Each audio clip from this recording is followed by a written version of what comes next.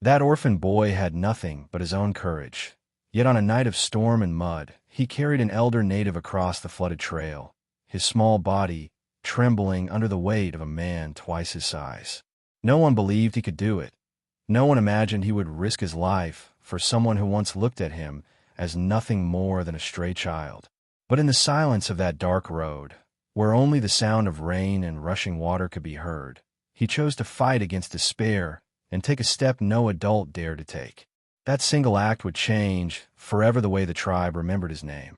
The villagers spoke later of how his thin arms sunk into the muck, how his legs slid and bled against the stones, yet he never let go. The elder's eyes, dim with years, were filled with something more than pain. It was recognition, a silent confession that this boy, forgotten by destiny, was proving to be greater than fear itself. And when dawn rose, when the people gathered to see the elder alive, the whispers began. That fate had tied an orphan's blood to the very heart of the tribe. What drives a child with nothing to give everything? Was it hope, or a longing to belong? In the wild lands of the West, where betrayal often came faster than trust, this question echoed louder than any rifle shot. Every detail of that night carried a lesson. That true strength is not built in muscle or age, but in the choice to stand firm when the earth itself tries to pull you under. The following day, the tribe did not look at him as an outsider anymore. They did not see a boy abandoned by family or land. Instead, they saw the fire in his will, the loyalty in his heart, and the courage that had preserved the breath of one of their own. Around the fire, the chief placed his hand on the boy's shoulder, and with a voice that carried both authority and gratitude, called him something no one expected, grandson. And so begins the tale of a nameless child who crossed the line between stranger and blood, between forgotten and chosen. His story is not just of mud and rain, but of the invisible bridges that courage builds in the hearts of men. A story that still lingers in the dust of the Old West, reminding us that family is not always born. Sometimes it is carried through the storm. The night after the rescue, the village could not shake the image of the orphan boy trudging through the storm with the elder upon his back. Mothers whispered it to their children as though it were already legend, while warriors exchanged silent nods, unsure whether to be proud or unsettled that a child had shown more bravery than men armed with rifles and spears. The boy did not boast, did not seek recognition.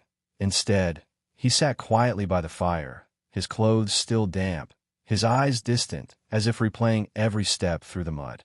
That silence became a greater voice than any shout of triumph. Whispers turned into stories, and stories into belief. The villagers began to question what unseen hand had given him such strength. Some said the spirits of the ancestors had lifted his feet when the river tried to drag him under. Others murmured that perhaps the boy's pain of being alone had carved into him a power no family could measure. And while the people debated, the elder himself sat with a steady gaze fixed on the boy, as though he alone knew the truth of what had happened. For the orphan, however, the dawn brought no sense of victory. He felt the aches in his body, the sting of cuts on his hands, and the emptiness of hunger in his stomach. He wondered if his act would matter beyond a single night, or if, come tomorrow, he would still be the stray child on the edge of the camp. He had lived long enough to know that kindness was often forgotten as quickly as it was given. Still, deep within him, there stirred a fragile hope that perhaps this time would be different. The elder broke that silence with a simple gesture. He invited the boy to sit beside him, a place no outsider had ever been offered. Around the fire, where tales were told and decisions were made, the child who had once been invisible now sat at the side of one whose voice shaped the future of the tribe. To some, it was shocking. To others, it was a sign that the old ways were shifting. And in that moment, the orphan realized that courage had bought him something he never dreamed he would possess: belonging. But belonging in the Old West was never without cost. Behind every handshake lay suspicion, behind every smile the shadow of betrayal. And though the people called him brave, though the elder called him grandson, there were still eyes in the darkness that watched with envy, resentment, and fear. The boy had crossed one river, but ahead stretched 1,000 more, each filled with dangers that did not always roar like floods, but whispered like venom in the dark. The days that followed became a test, not of strength, but of spirit. Children who once mocked the orphan now followed him, curious if courage could be contagious. They asked him to retell the storm, to describe how the mud pulled at his legs, how the river clawed at his waist, and how he refused to fall. Yet, each time, the boy shook his head, unwilling to turn suffering into entertainment. To him, bravery was not a story to be sold, but a burden carried in silence. This refusal only deepened the mystery, making his legend grow even more. Warriors studied him in quiet, their pride wounded. For years, they had trained their bodies, sharpened blades, and memorized tactics of survival. Yet when the elder's life had hung in the balance, none of them had moved. Some excused themselves with reasons. The river was too strong, the night too dark, the risk too great. But those excuses could not erase the truth, that a boy with no bloodline, no weapons, and no name had done what they could not. It burned inside them like a fire they dare not speak of. The elder, however, began to see beyond the act itself. He spoke of destiny, of unseen ties between past and future, and of how the spirits often chose the weakest vessel to carry the heaviest message. Around the fire, he would pause in the middle of his stories, his gaze drifting to the boy, as if reminding everyone that courage was not a matter of age or lineage, but of heart. Slowly, the tribe's perception shifted. The boy was no longer simply an orphan. He was a question left unanswered, a mystery waiting to unfold. Yet envy grows fastest in the soil of admiration. Not all celebrated his rise.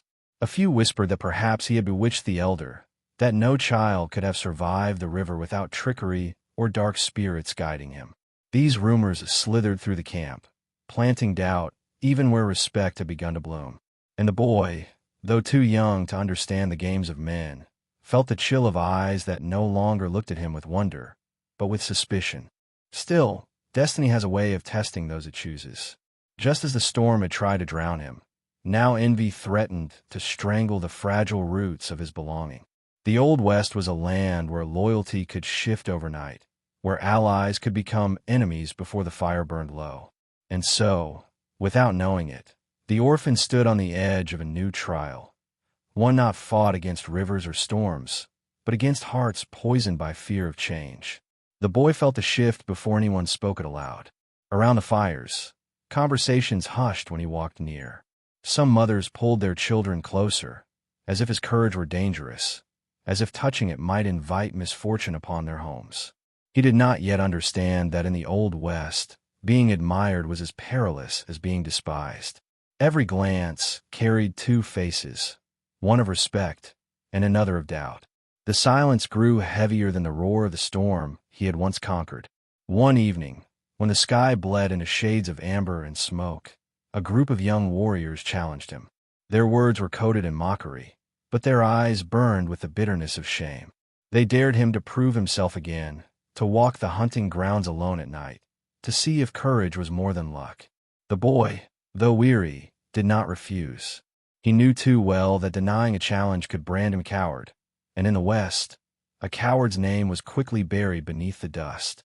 As the moon climbed high, he walked into the wilderness alone. Each sound of an owl, each rustle of the tall grass seemed sharper, heavier. The silence of the night pressed upon him like a weight. He carried no rifle, no blade, only the memory of the river and the steady voice of the elder who had called him grandson. Fear gnawed at him, whispering that he did not belong, that he was only a child pretending to be something greater.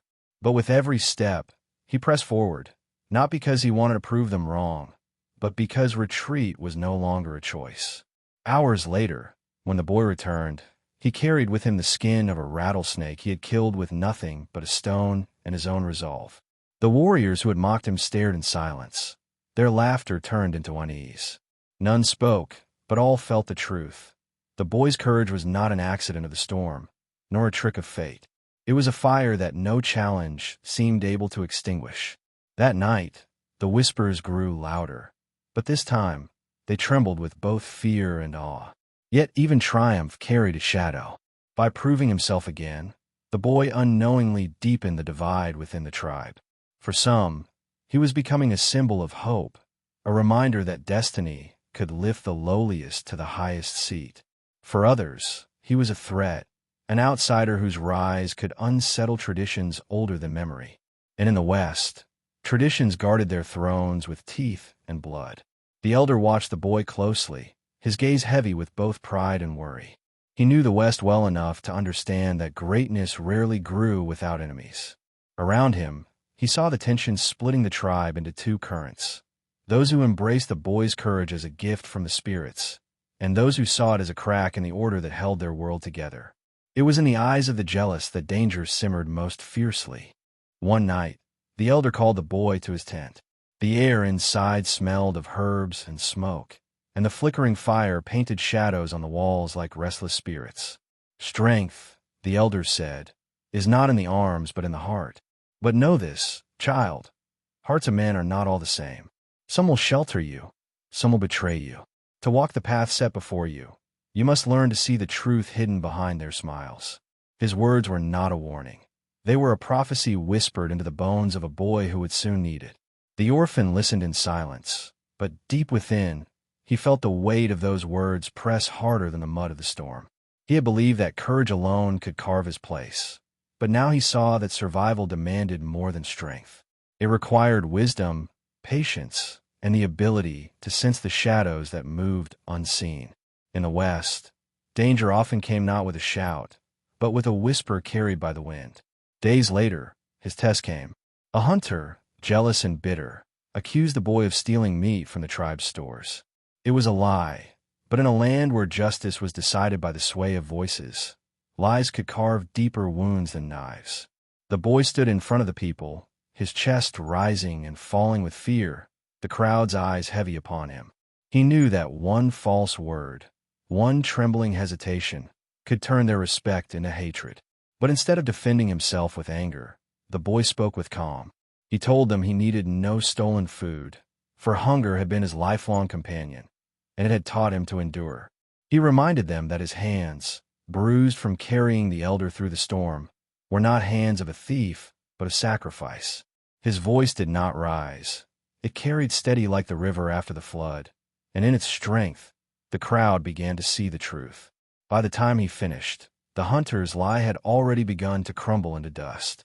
The hunter who had accused him lowered his gaze, his words exposed as venom rather than truth. The tribe murmured among themselves, some ashamed that they had almost believed the lie, others silently admiring how the boy's calmness had outshone rage. In the West, men often shouted to prove their strength, but this child had shown that true power could live in silence, in the steady tone of a voice that refused to break. That night, by the fire, many spoke of him not just as an orphan, but as a soul carved from the same stone as the great leaders of old. Yet shadows rarely vanish. They retreat and return with sharper teeth. The hunter's humiliation festered like an untended wound, and envy hardened into something more dangerous: hatred. Behind closed tents and quiet conversations, he whispered again, planting seeds of division. "The boy is not one of us," he hissed to anyone who would listen. "The spirits favor him too much. Such power cannot be trusted." In the harsh lands of the West, suspicion spread faster than wildfire across dry plains. The boy, though young, began to sense the weight of unseen eyes. He felt it when he gathered wood, when he drank from the stream, when he walked among the people who once looked at him with wonder. That feeling of belonging, so new and fragile, trembled as if ready to break. But instead of retreating, he carried himself with quiet dignity, determined that his actions, not his fears, would speak for him. Every gesture, helping a child gather water, carrying burdens for the elderly, became his shield against the venom of lies. The elder, ever watchful, knew what was unfolding. He had seen the same story before: a rising figure met with fear, a voice of change crushed beneath tradition's weight. Yet this time, something in his heart stirred differently. Perhaps it was because this boy had carried him through the mud when no one else had moved. Perhaps it was because he saw in the orphan not just courage, but the spark of a new way, one where bloodline mattered less than spirit. And so, the elder began to prepare the boy, not just to survive, but to lead. Around the fire, he taught him the history of the tribe, the stories of battles fought and losses endured. He spoke of honor, of patience, and of how a leader is not measured by how many follow him, but by how many he protects when storms rise. The boy listened, his young face illuminated by the flames, and though he did not fully grasp the weight of those teachings, he felt them settling deep into his bones. The West had a way of forcing children to grow into men before their time, and fate was already weaving him into something greater than he could yet imagine. The turning point came with the arrival of strangers. One morning, dust rose on the horizon, and riders approached the village with weapons glinting in the sun. They were traders, or so they claimed, but in the West, traders often carried smiles on their lips and greed in their saddlebags. The tribe welcomed them cautiously, offering food and fire, but mistrust lingered in every glance. Among them, the boy sensed danger, though no words had yet been spoken. That night, as the camp settled into uneasy sleep, the boy awoke to faint footsteps near the storage huts. He crept closer, his breath shallow, and saw one of the strangers trying to steal the tribe's dried meat and weapons. Fear gripped him, but memory was sharper. The river, the storm, the accusations he had endured. Courage rose like fire in his chest. Without hesitation, he cried out, waking the camp before the thief could escape. The strangers denied it, of course. Words twisted like snakes in the dark, accusing the boy of lying, of seeking to make himself look important again. For a moment, silence hung heavy, the tribe caught between trust and suspicion. Then the elder stood, his voice steady, declaring that the boy's word was his own. That one sentence was enough to shatter the lies. The strangers, exposed, fled into the night, their betrayal echoing like a warning across the plains. The people saw more clearly now. The orphan was no longer just the boy who had carried an elder through the mud. He had become a protector of the tribe, a watchful spirit whose instinct had saved them from loss. Children followed him with admiration, warriors nodded with reluctant respect, and even those who once whispered suspicion now struggled to deny the truth. Destiny was shaping him before their very eyes. But for every hand that reached toward him in gratitude, another clenched in quiet anger. The hunter, whose envy had long boiled beneath the surface, now saw his chance slipping further away. His hatred deepened, sharper than a blade, darker than any storm. And as the boy's star rose, the hunter's shadow grew, waiting, watching, ready to strike when the fire burned brightest. The hunter's resentment no longer hid behind whispers. His eyes followed the boy with a venom that could not be mistaken, and his silence was louder than shouts. Around the campfire, while others praised the orphan's courage, the hunter clenched his fists, imagining a day when all those admiring eyes would look away in disappointment. In the Old West, rivalries were rarely settled with words. They ended in blood or in exile, and deep in his heart, the hunter knew only one of them would remain. The boy, however, was blind to the depth of this hatred. He continued his days with quiet labor, gathering wood, tending fires, and learning more each evening from the elder. Yet, the closer he drew to wisdom, the greater the risk became. The elder spoke often of legacy, of how the tribe's future must belong to those who carried the spirit of sacrifice, not the weight of envy. His lessons, though cloaked as stories, were warnings that the greatest enemies often sit at the same fire as you, smiling through clenched teeth. One dusk, while the sun bled into the horizon and shadows stretched across the camp, the hunter seized his chance. He called the boy out before the people, accusing him not of theft or lies this time, but of witchcraft. No child carries such strength without dark spirits guiding him, he declared, his voice like thunder. Fear rippled through the crowd, for in the West, accusations of curses and spirits could turn admiration into terror within a single heartbeat. The orphan stood trembling, not from guilt, but from the weight of so many eyes pressing against his small frame. He knew that denial would not be enough. Truth alone often drowned beneath the roar of fear. In that moment, he remembered the elder's words, "Strength is not in the arms, but in the heart." So he spoke not of himself, but of the night and the storm, of how he had carried the elder not because of magic, but because his heart could not abandon a life when it was within his reach to save it. The people listened, their fear wavering. His voice, steady yet soft, reminded them of the river, the mud, the storm. They saw not a sorcerer, but a boy who had endured more pain than any child should. The elder rose then, leaning heavily on his staff, and placed his hand upon the boy's shoulder. "This child," he said, "carries no curse. He carries our future." The fire cracked, the night held its breath, and in that silence, the tribe was forced to choose between fear and faith. For a long moment, no one moved. The crackle of the fire was the only sound, until one of the mothers stepped forward, her child clinging to her leg. She looked at the orphan, then at the elder, and nodded. "If this boy is cursed," she said, "then may the spirits curse us all, for he saved the life of our elder, and through him, the life of our tribe." Her words broke the tension like a blade through rope. Slowly, others began to murmur their agreement, their fear giving way to gratitude. The hunter's face darkened, his plan crumbling. He had expected the people to turn, to cast the boy out into the wilderness where coyotes would do what he could not. Instead, he watched as the orphan's place grew firmer, roots sinking deeper into the heart of the tribe. Rage burned in him, but he forced a smile, masking his defeat for now. In the West, men knew when to strike and when to wait, and patience could be sharper than steel. The boy, unaware of the depth of the hunter's plotting, felt only relief. For the first time, he believed that his place among them was secure. That night, he sat by the fire with the children gathered around him, telling them stories of courage, though never of his own. He spoke of the stars, of the spirits of the ancestors, of how every soul, orphan or elder, had a purpose in the great weaving of destiny. And as he spoke, the children's eyes glowed with wonder, as if they already saw in him not just a companion, but a leader. The elder, listening quietly, felt the truth settle upon him like a heavy cloak. He knew his days were waning, his body weary from years of struggle, but in the orphan's voice he heard the echo of something eternal.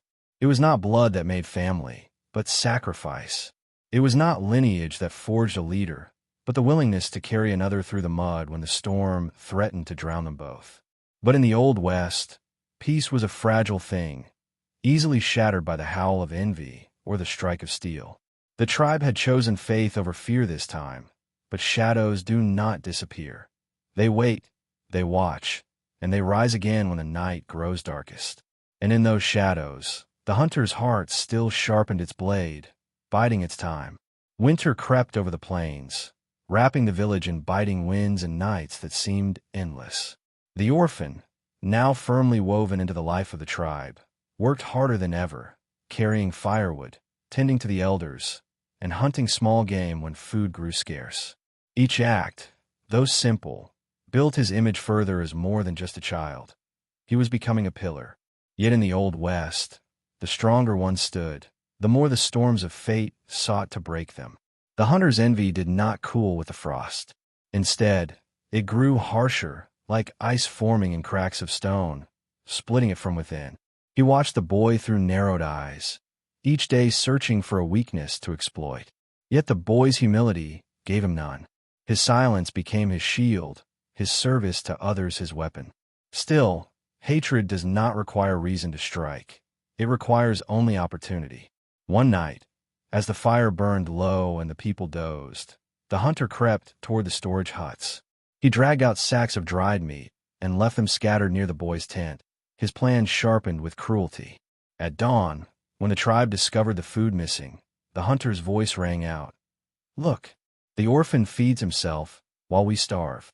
His accusation struck like thunder, and the crowd swarmed, suspicion once more hanging over the boy's head.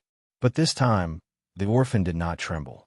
He stepped forward, his voice steady though his hand were cold. He told them to search his tent, to look with their own eyes. When they did, they found the sacks, just as the hunter had planted them. A murmur of shock rolled through the people. The trap had been perfectly laid, the evidence undeniable. And for the first time, doubt began to weigh heavier than trust. The elder rose slowly, his body weak but his voice unshaken. "I do not judge with eyes alone," he said. "I judge with memory." And I remember the night this boy carried me through the storm, when no man among you dared to move. A thief thinks first of himself, but this child has thought only of others since the day he arrived. His words held back the tide of anger, but the seed of suspicion had been planted once more, threatening to grow stronger than before. The boy stood in silence, his heart heavy as he realized that even courage and sacrifice could be twisted into chains by envy. He knew the hunter had framed him, though he had no proof to free himself. In the harsh lands of the West, truth often mattered less than the story people chose to believe. And in that moment, he saw clearly the lesson the elder had tried to teach. Enemies need not carry rifles to kill you. Sometimes they carry lies sharper than any bullet. But then, a child stepped forward, the same one the orphan had once helped when she fell at the riverbank. She clutched her small doll and spoke with a voice too pure to be doubted. "I saw him," she whispered. "He did not take the food. He was asleep. The hunter was there in the dark." Her words, though trembling, cut through the air like a knife. The crowd froze, all eyes turning to the hunter, who suddenly stiffened under their gaze. The hunter tried to protest, his words stumbling, his voice cracking.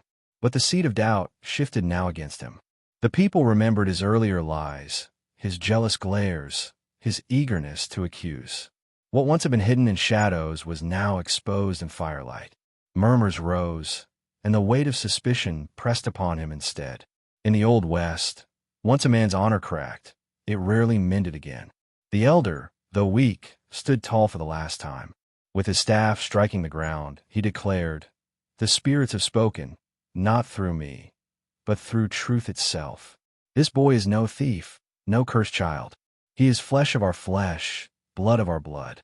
From this day forward, he shall be known not as an orphan, but as my grandson, chosen not by birth, but by destiny." The camp erupted, some in relief, others in awe. The orphan felt his chest tighten, not with pride, but with the weight of belonging finally resting on his shoulders. The hunter, now shunned and disgraced, slunk away into the darkness, his shadow swallowed by the night. And though peace returned, the boy understood a truth deeper than any storm or trial. In the West, family was not given by blood, but forged by the fire of sacrifice and the unshakable strength to endure every shadow that rose against it. The orphan who once walked alone now stood as the grandson of a chief, not by blood, but by the fire of his courage. His journey through storms, lies, and envy became more than survival. It became a testimony that true belonging is not handed down by birthright, but earned by sacrifice. In the unforgiving silence of the West, he had carried more than an elder through the mud. He had carried hope itself, and hope became his name. Every moment of his path revealed a deeper truth. Storms will test the body, but envy tests the soul. While rivers can drag you down and mud can blind your steps, it is the whispers of men that strike hardest, twisting respect into suspicion. Yet even in the face of such shadows, the boy's heart never faltered. And that is why his story lingers, because it teaches that the greatest strength lies not in victory alone, but in standing when every force around you begs you to fall. The tribe's choice to see him not as an orphan, but as family, carries a lesson far beyond the campfires of the Old West. It reminds us that greatness is not born of titles, nor inherited from names carved into stone, but forged in the quiet moments when one life chooses to carry another. It is in those choices that legacies are written, not in ink, but in the memories of those who witnessed them. And so the boy who had nothing left to lose gained something no wealth could purchase: a place, a name, and a bond that would outlive storms and envy alike. His story urges us to ask ourselves, when the flood rises, when the whispers grow loud, and when the world demands proof of who we are, will we step forward or turn away? The answer, perhaps, shapes not only who we are remembered as, but who we truly become. If this story touched your heart, let it not end here. Share your voice in the comments. Let your thoughts carry the fire further, and keep this circle of stories alive. Subscribe to the channel so you never miss tales that remind us of the strength hidden in unlikely places. And if this journey moved you, leave your mark with a like, because every gesture, like every act of courage, can turn a moment into a legacy.